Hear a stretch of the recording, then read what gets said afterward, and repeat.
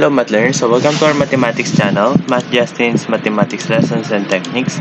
So now we are going to proceed in our last lessons in CONIC section all about the hyperbola. So this is the lesson. Kala ko na-complete ko na yung CONIC sections, so hindi pa pala.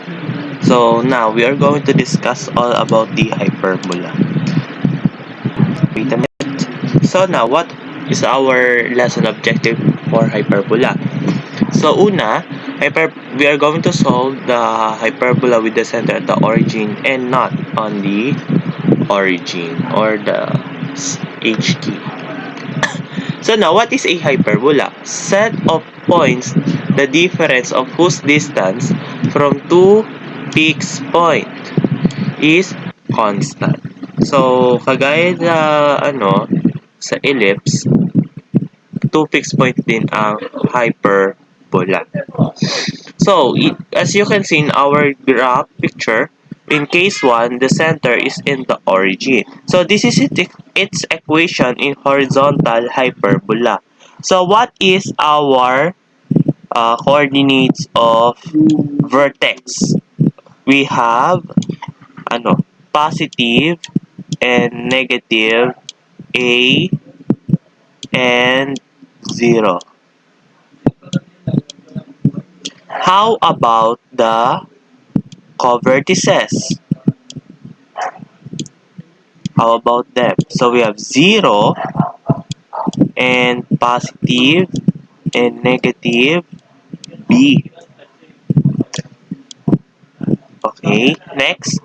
How about foci or focus? So we are going to list them. So we have positive and negative C and 0. Okay, these are for the horizontal hyperbola. Sa vertical hyperbola, ano naman? So ngayon, baliktad.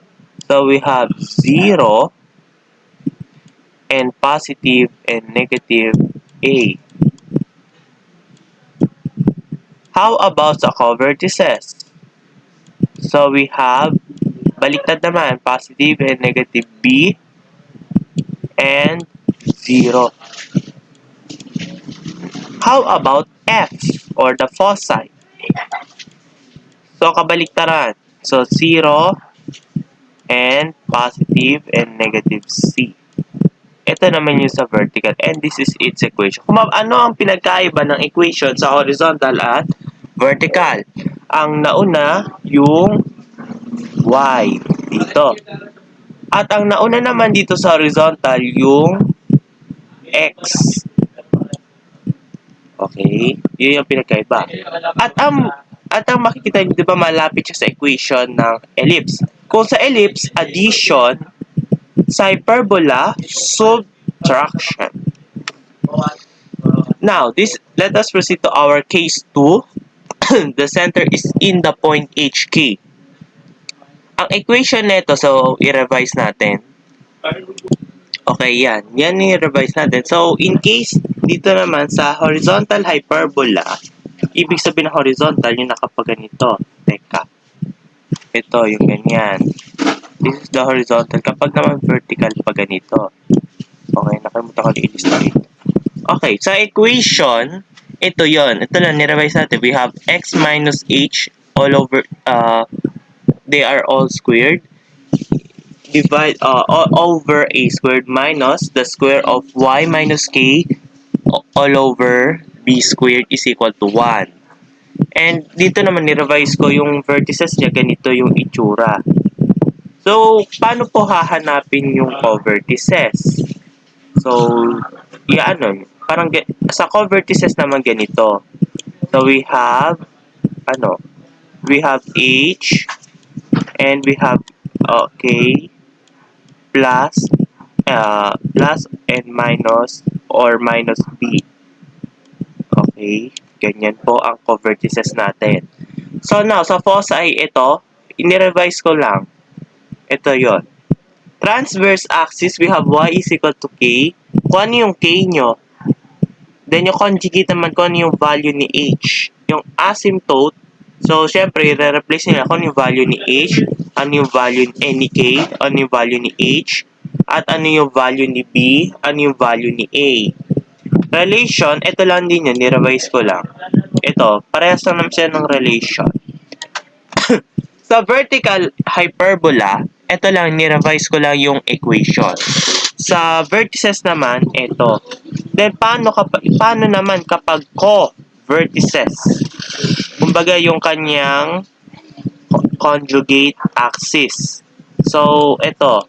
Kung kanina, ang nakaano dito sa K. Ngayon, we have H plus minus B and K. Hopefully, naintindihan yung sulit ko. Yan. So, this is our co-vertices. So, nakalimutan ko lang isulit dito. Foci, ito. Kung kanina, ito. Naka-plus and minus yung C sa H. Ngayon naman sa K. Transverse axis, kung ano yung value ni H. Yung conjugate, yun yung value ni K. Asymptote. Kung kanina, yung B ang nasa unahan, ngayon naman yung A. The relations, parehas lang po sila ng relation. Next. Now, for solving for examples involving hyperbola, so i-revise natin to, yung equation. So ayan, naka-revise na yung ating example. So kasi kapag nakakita kayo ng ganito, ito, kung makikita nyo ito parang ganyan, that stands as the exponent. Meaning, yung katabi nito is exponent. Halimbawa, ito nga, makikita nyo, ito. So, meaning, yung katabi nito is yung 2. So, meaning, that's x. That's squared. Squared power. Ganun din dito. Kapag naman ito, makikita nyo rito, that's division. Bakit ko po nilagyan ng parenthesis? Meaning, that's all subtracted to this equation. And that all equal to 1. Okay? Dapat marunong din tayo bumasa ng mga ganitong text. No? Kasi karaniwan, kung meron kayong calculator, tas ganyan, at hindi nyo alam kung paano gamitin, hindi nyo masosolve yan. Now, sa solution natin, so first that we're going to find the A. So, yung A natin, siyempre, nasa unahan yan. So, yung A squared natin is 16. So, by finding A, you are going to find both sides of equation. Okay? So, now, after you find the square root of both sides of equation, so we got 4. So, ang vertex natin is 4. Positive and negative 4 and 0. Now, we are going to find B. B squared is equal to 9. Kung makita nyo rito. So, find both sides of equation. So, we have 3. So, ito yung inyong co-vertices or conjugate axis. Now, by finding the C, so you are going to use relation. So, we have, ano yung A squared natin? 16, di ba? And yung B squared natin is 9. So, you are going to add. So, we have 25.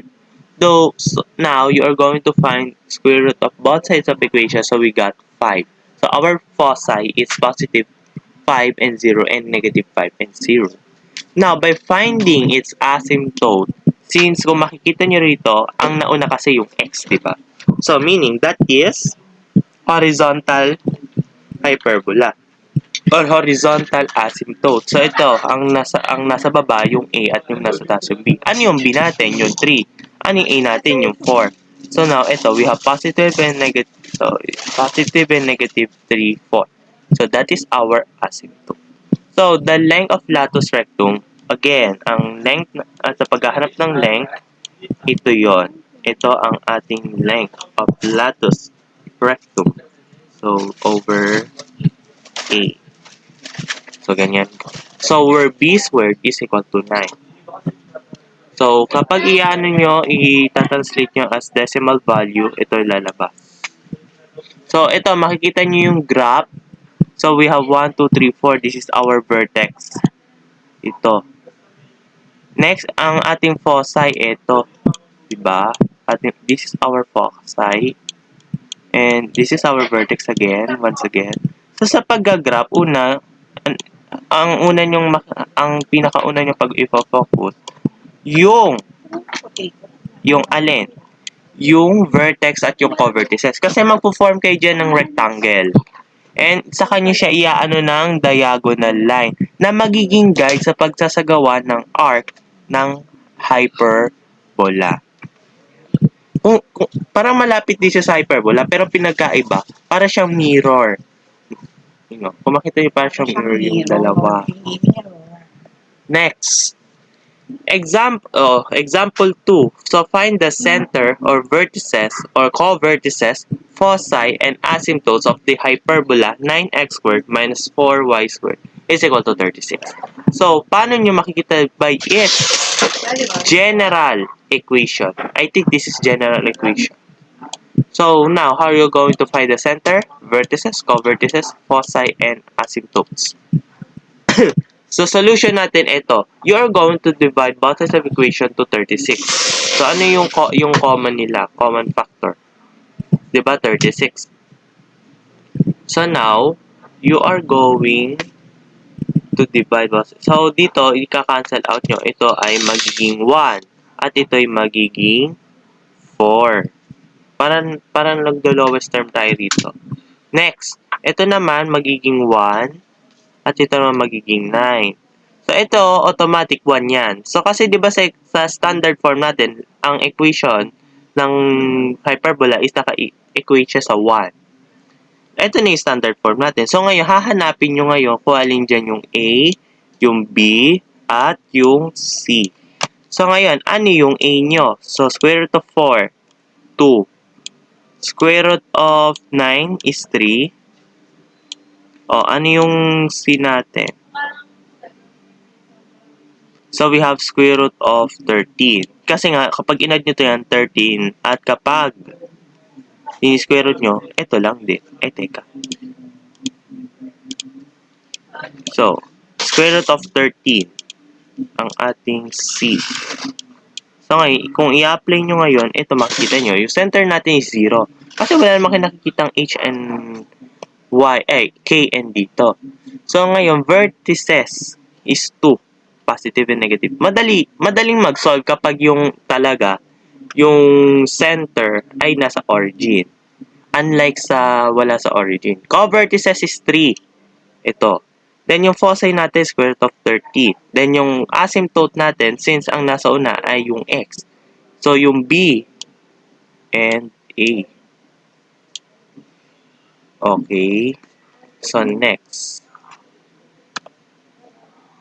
So, ngayon, let us proceed to our last mativity in conic section. So, this. Ayan. If you want me to reveal the answer of this, give this video a 100 likes. So, ngayon, ang hahanapin nyo dito ngayon, yung una, yung standard form, yung center, yung vertices, yung foci, transverse axis, conjugate axis, and the asymptote. Of course, hindi mo wala syempre ang graph. Okay. So, maybe our next lesson, tapos na tayo ngayon sa lesson natin about conic section. So, ngayon po-proceed tayo sa po-proceed tayo ngayon sa sequence and series for our next lesson. Okay. Ayan. This is our lesson 5. So, see you in my next video.